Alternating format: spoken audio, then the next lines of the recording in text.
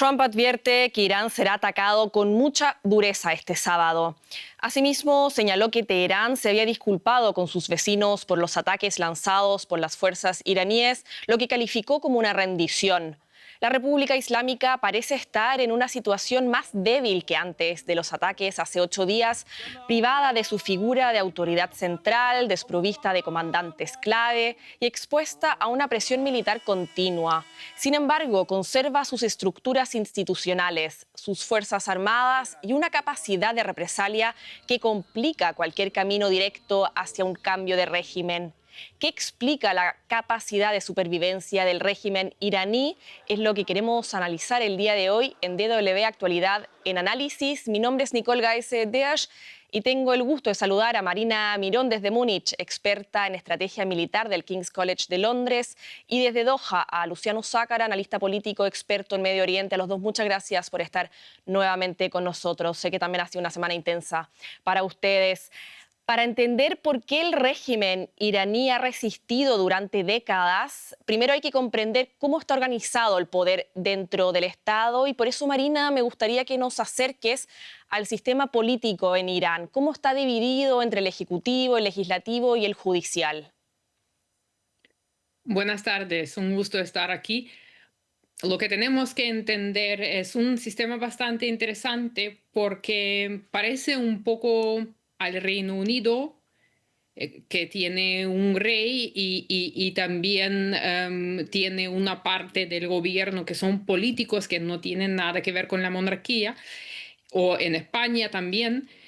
Pero en caso de Irán, ellos tienen un líder religioso, el líder supremo, que es el ayatolá. Bueno, ahora estamos esperando, o sea, van a elegir un ayatolá nuevo, un sucesor. Y eso lo tienen por una parte, y por otra parte tienen, como en cualquier república, tienen órganos ejecutivos, legislativos y judiciales, ¿vale? Entonces, en términos ejecutivos, tienen un presidente quien es ahora Masoud Pezeshkian, y el presidente actúa bueno, como la fuerza ejecutiva, pero al mismo tiempo no tiene toda la autonomía. Es decir, que el líder supremo siempre tiene la última palabra, es el ayatollah. Y luego tienen cuerpos legislativos, como por ejemplo el Parlamento, que se ocupa de legislatura, de leyes, de aprobación de leyes y todo esto. Pero también sí que hay una influencia por parte del líder supremo. Y también hay una rama judicial. Y el jefe de esta rama judicial se nombra directamente por el ayatolá. Entonces, lo que estamos viendo que el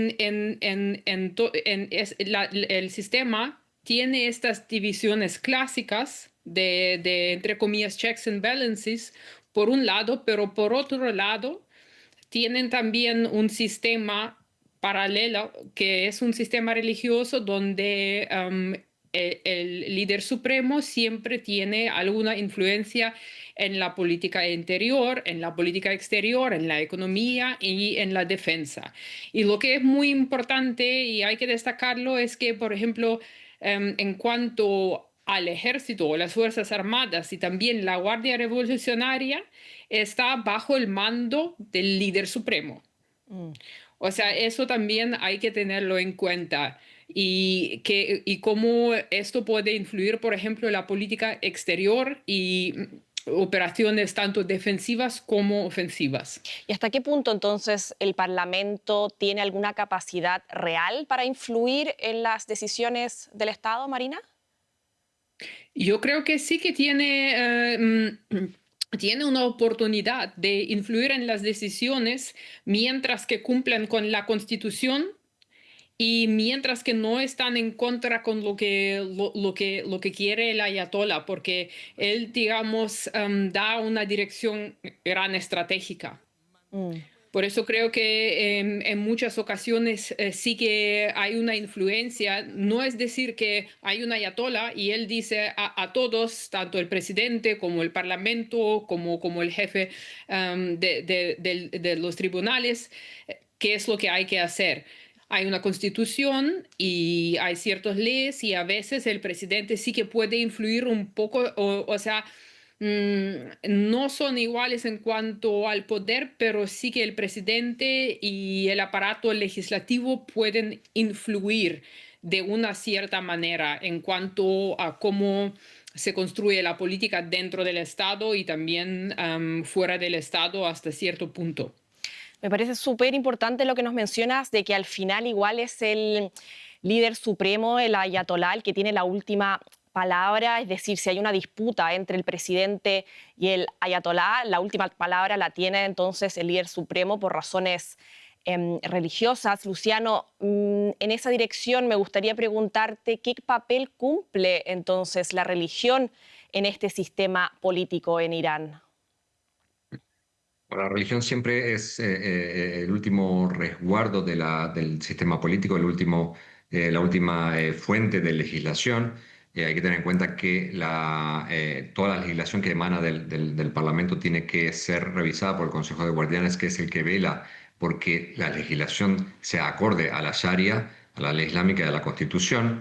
Lo que pasa es que hay un Consejo de Discernimiento también que, en caso de que haya bloqueo entre estas dos cámaras, el Consejo de Discernimiento decide por el interés del Estado, no por el interés ni de la gente, que se supone que es el Parlamento, ni de la región, que se supone que es el Consejo de Guardianes. Por lo tanto, es una manera un poco entrevesada de ver que la religión es el último refugio, pero que, por ejemplo, el líder espiritual, que tiene que ser elegido en función de ciertos criterios, sobre todo credenciales religiosas, tiene que ser un marja taqlid, que es el grado más alto que se llega en la jerarquía eclesiástica. Eso fue reducido a partir del año 89. Existía antes, fue reducido en el 89 para adaptarse a Jamenei, que en realidad no tenía el grado de Marja Taqlid. Y eso quedó reflejado en la Constitución también. Por lo tanto, un sistema que se supone que es religioso, bueno, y que obviamente el líder espiritual, si bien tiene que tener características o credenciales religiosas, es elegido por un grupo de expertos, de 88 expertos religiosos, que son elegidos por la gente. Quiere decir que también hay una mezcla entre legitimidad religiosa y legitimidad democrática que se entremezcla con toda la estructura de sistema político tradicional tipo República Francesa, con la supremacía del poder religioso. Esto hace que el líder espiritual, que tiene esa legitimidad religiosa pero política, a veces actúe como máximo decisor, sobre todo en la definición de las líneas generales de la política iraní y principalmente en la política exterior, pero también como árbitro entre la disputa entre facciones. El sistema iraní es un sistema autoritario, pero no dictatorial. No es un dictador que define todo, sino que hay una élite política que toma las decisiones, no voy a decir de manera consensuada, pero sí de manera colectiva, en los distintos órganos, principalmente no electivos. Y por eso los consejos no electivos, como el que preside ahora Larijani, el Consejo de Seguridad Nacional, el Consejo de Discernimiento, el Consejo de Guardianes, son aquellos en los cuales la estabilidad del sistema se basa. Son órganos formados en parte por personajes religiosos, en parte por militares, en parte por personajes políticos, expresidentes, primeros ministros, gente que tiene mucha cercanía con el líder, como Ali Larijani, como Ali Shamkhani, que fue también uno de los primeros que murió en esta guerra, que entre todos toman acciones colectivas. Por eso el sistema tiende a tomar decisiones más racionales, o por lo menos más coherentes con lo que ha sido la historia de la República Islámica, y no se toman tantas decisiones tan erráticas o radicales como se podría ver al principio de la República Islámica, en donde Jomeini realmente era el que tomaba las decisiones. Ahora está mucho más institucionalizado. Y esa es la continuidad que se quiere preservar con la elección del nuevo líder. Me gustaría que profundicemos en ese ámbito, la elección del nuevo líder supremo, Luciano, porque Trump manifestó esta semana que quiere participar en la designación del nuevo dirigente, como lo hizo, por ejemplo, en Venezuela con Delcy Rodríguez, y consideró inaceptable, dijo, el potencial nombramiento del hijo de Jamenei. Pero el embajador iraní en Moscú afirmó ayer, de hecho, que Trump no participará en el nombramiento del nuevo líder iraní, que fue recibido incluso como una anécdota, dijo en Teherán. Y nos comentabas recién cómo funciona, que según la constitución iraní, el líder supremo debe ser nombrado por esta asamblea de expertos, que es este cuerpo que nos comentabas, formado por 88 clérigos que son elegidos por el pueblo cada 4 años. ¿Tú cómo lo ves? ¿Cuándo podría producirse esta elección? Habían dicho que sería cuestión de días, pero poco se ha sabido al respecto.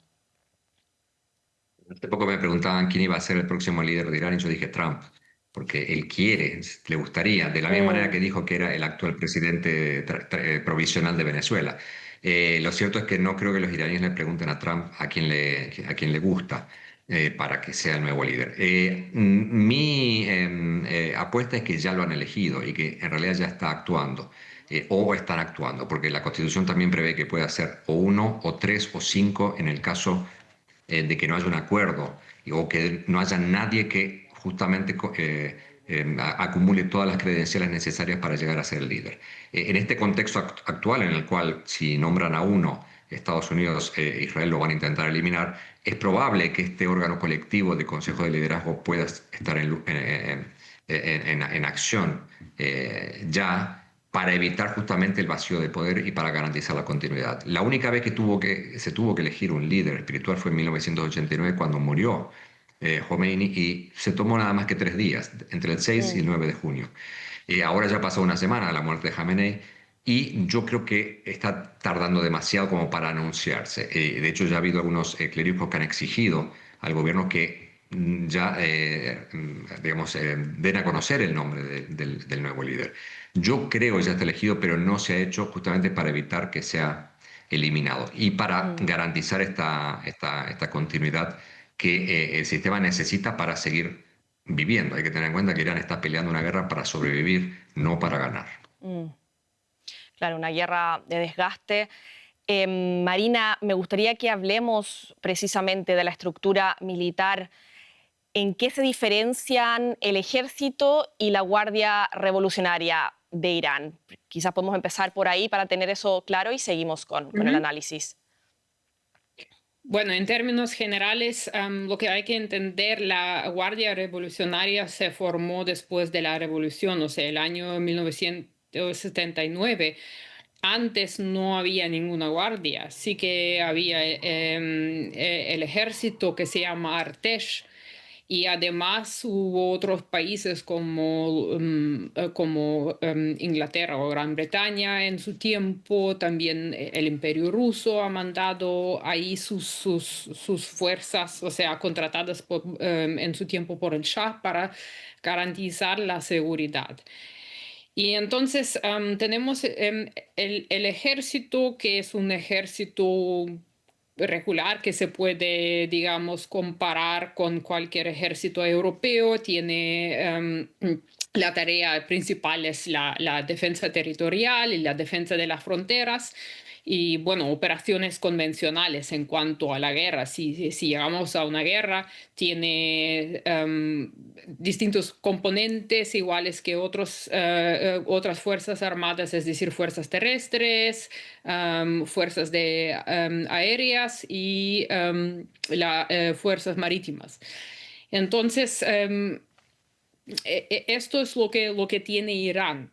Pero además de esta estructura y la estructura más importante de la que hemos hablado mucho en los últimos meses, sobre todo, y también desde el 2018, cuando se ha matado el general Soleimani en Irak por Donald Trump, o bueno, cuando Donald Trump ha sido presidente la primera vez.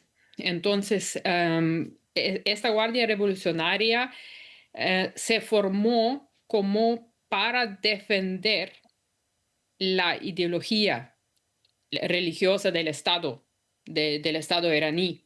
O sea, esto es su tarea principal. Y lo que es interesante, también tiene ramas distintas, o sea, también tiene sus capacidades terrestres, tiene sus capacidades marítimas y Mm, tiene sus capacidades aeroespaciales, que es un poco parecido a lo que tiene Rusia.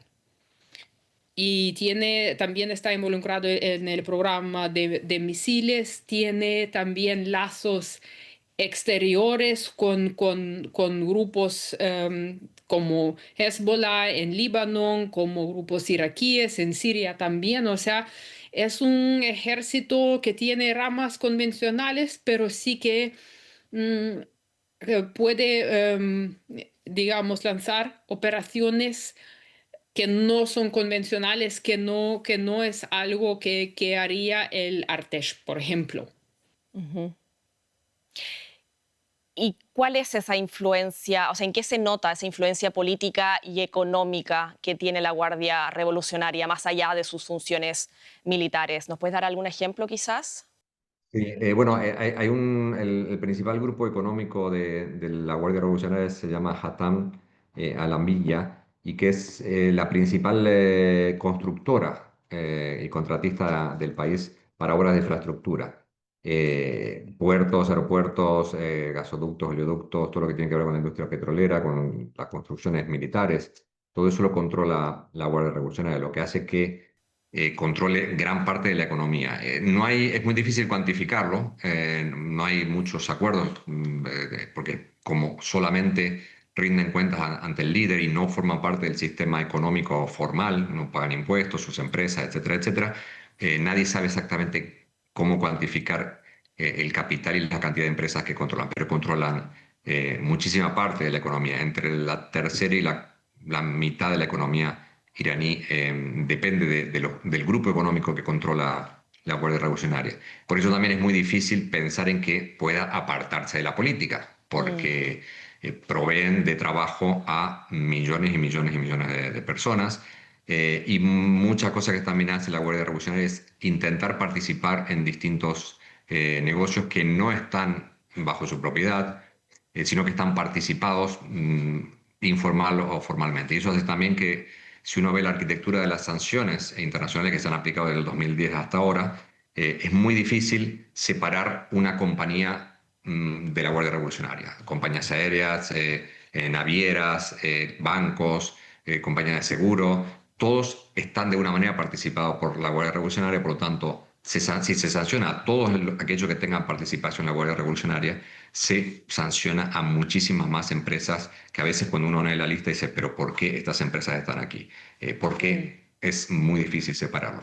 Eso Y hace que, evidentemente, el peso económico y el peso político en la toma de decisiones esté tan imbricado y sea muy difícil de separarlo. Por ejemplo, si hay que elegir un nuevo líder, ese nuevo líder responderá o no a la Guardia, no lo sabemos, pero que la Guardia va a usar toda su influencia para poner a alguien que esté muy cerca a sus intereses es evidente. Y Marina, ¿crees que es esa la razón que ha permitido y está permitiendo a Irán hacerle el contrapeso en esta guerra de desgaste a Estados Unidos e Israel? Una guardia revolucionaria con presencia política, económica y también claramente militar. ¿Crees que es esa la razón por la que está pudiendo llevar esta guerra? Bueno, la Guardia Revolucionaria ha sido siempre una amenaza desde el punto de vista de los Estados Unidos y de los países occidentales. Siempre se hablaba de que la Guardia Revolucionaria, incluso antiguamente bajo el general Soleimani, estaban financiando de esa, digamos, economía ilícita, financiando grupos en el Medio Oriente, por ejemplo, tanto hablando de recursos financieros como armas, en caso de Hezbollah en Líbano, en caso de algunos grupos en Siria, también Kataib Hezbollah en Irak, también Mm. los Houthis en Yemen. O sea, este grupo, como tiene capacidades asimétricas, y tiene también, digamos, una cultura estratégica bastante distinta al ejército regular. Y ellos sí que tienen la experiencia. ¿Y qué es lo que es la amenaza más grande? Porque en cuanto a las capacidades convencionales, sabemos que los Estados Unidos tiene capacidades convencionales mejores del mundo, según la estadística. Muy bien.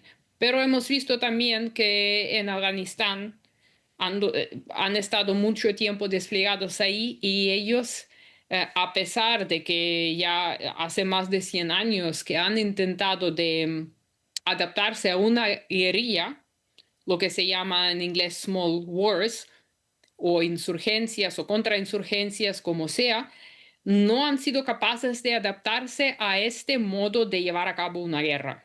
Y entonces, teniendo esas capacidades asimétricas y los lazos que tiene la Guardia Revolucionaria y el apoyo que les podía brindar a todos esos grupos en el Medio Oriente, que se podrían utilizar contra las fuerzas estadounidenses, contra sus bases, contra sus nodos logísticos, presenta una ventaja para Irán, porque como sabemos, los talibanes tampoco tenían misiles avanzados, no tenían absolutamente nada de eso en términos técnicos, pero sí que tenían una estrategia de desgaste, Mm, utilizando un modo asimétrico para erradicar lo que es la voluntad política, y también cuesta un montón de dinero. Si nos acordamos, hubo discusiones que los Estados Unidos está gastando misiles que valen millones de dólares para destruir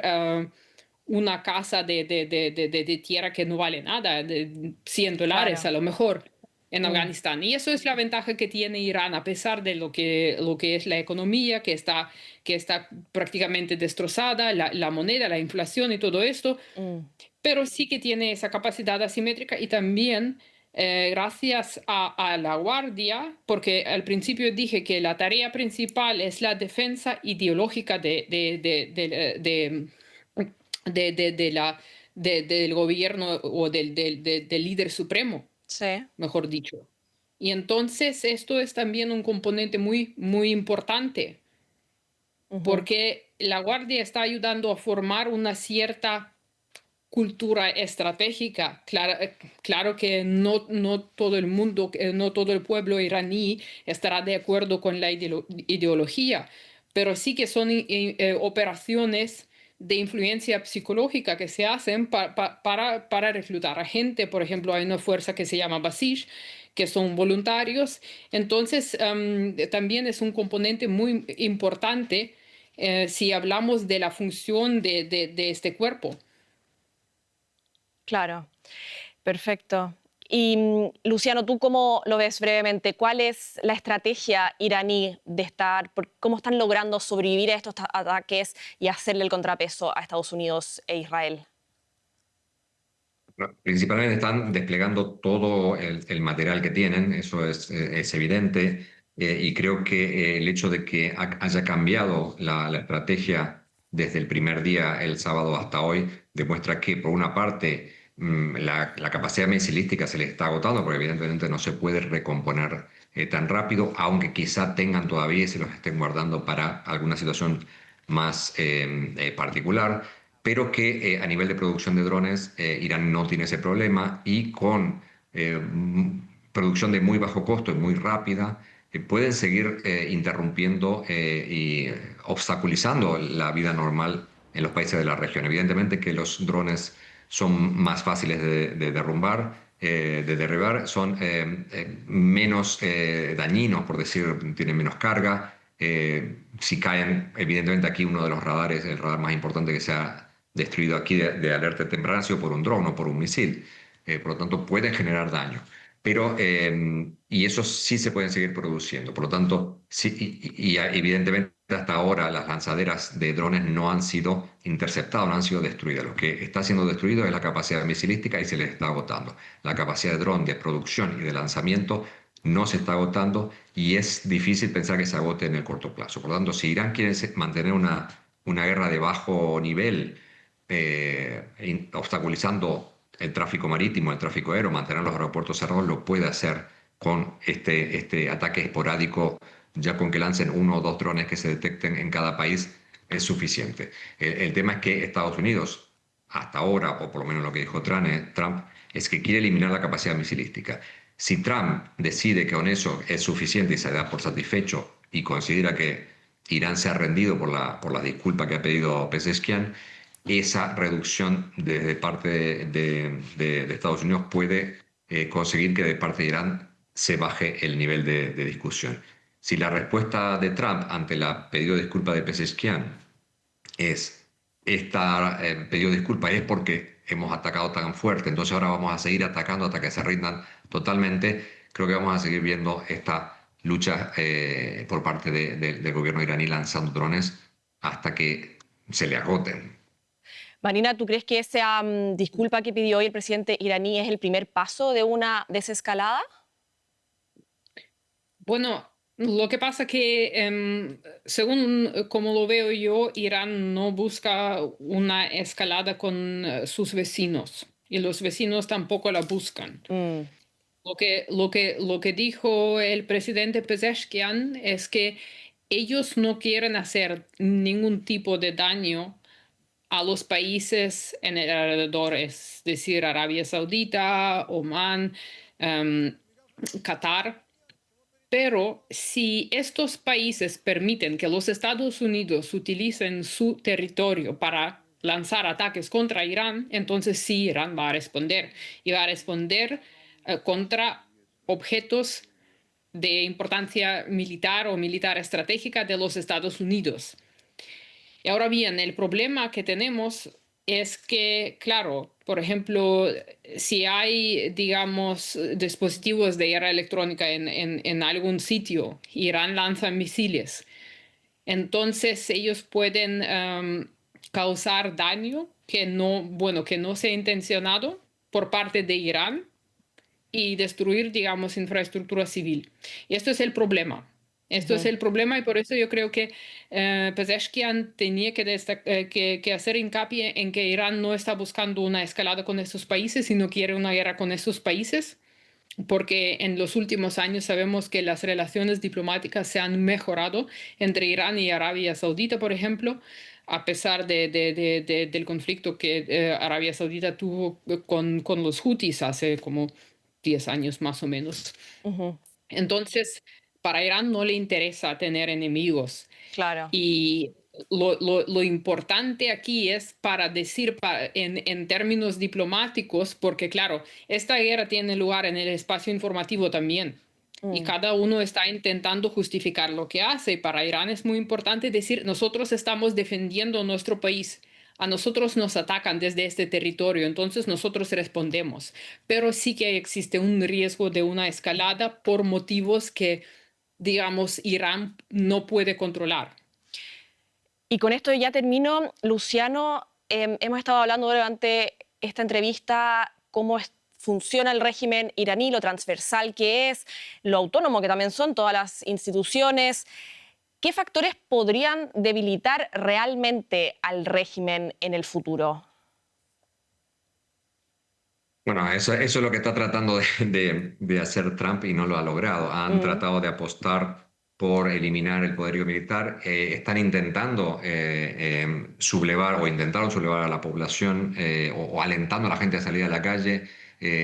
Los primeros días dijo, bueno, yo ya hice mi trabajo, ahora le toca a los iraníes salir a la calle. Esto no ha funcionado hasta ahora. Ahora, hace un par de días vimos ya que había una comunicación directa y hubo cierto movimiento en sectores kurdos desde Irak que Irán también trató de repeler y que también se está alentando desde afuera. Creo que Estados Unidos está tratando de utilizar distintas maneras para hacer algo que ellos no quieren hacer, que es invadir el país, porque él dijo que no lo iba a hacer. Ahora, yo creo que esto no va a funcionar, o sea, no hay nada hasta ahora que haya servido para derrocar un régimen. Es verdad que va a estar mucho más debilitado y está mucho más debilitado que nunca antes, pero hasta ahora las estrategias de Trump para conseguir ese objetivo no están funcionando. Y no están funcionando por esa estructura que tiene el sistema político, en la cual ahora más que nunca se nota mucho más la autonomía de la Guardia Revolucionaria. Eso también me interesaría decirlo. ujú. Para cerrar esto, el mensaje de Pezeshkian, si bien es interesante y puede ser un elemento de desescalada, también puede tener otra lectura, que es el mensaje se lo dio en clave interna a la Guardia Revolucionaria, porque una hora después del mensaje de Pezeshkian, la Guardia Revolucionaria dijo que en realidad nunca habían atacado los intereses de los países del Golfo, que nunca habían atacado al Golfo, que lo que habían atacado eran intereses estadounidenses en el Golfo, que es lo que vienen repitiendo.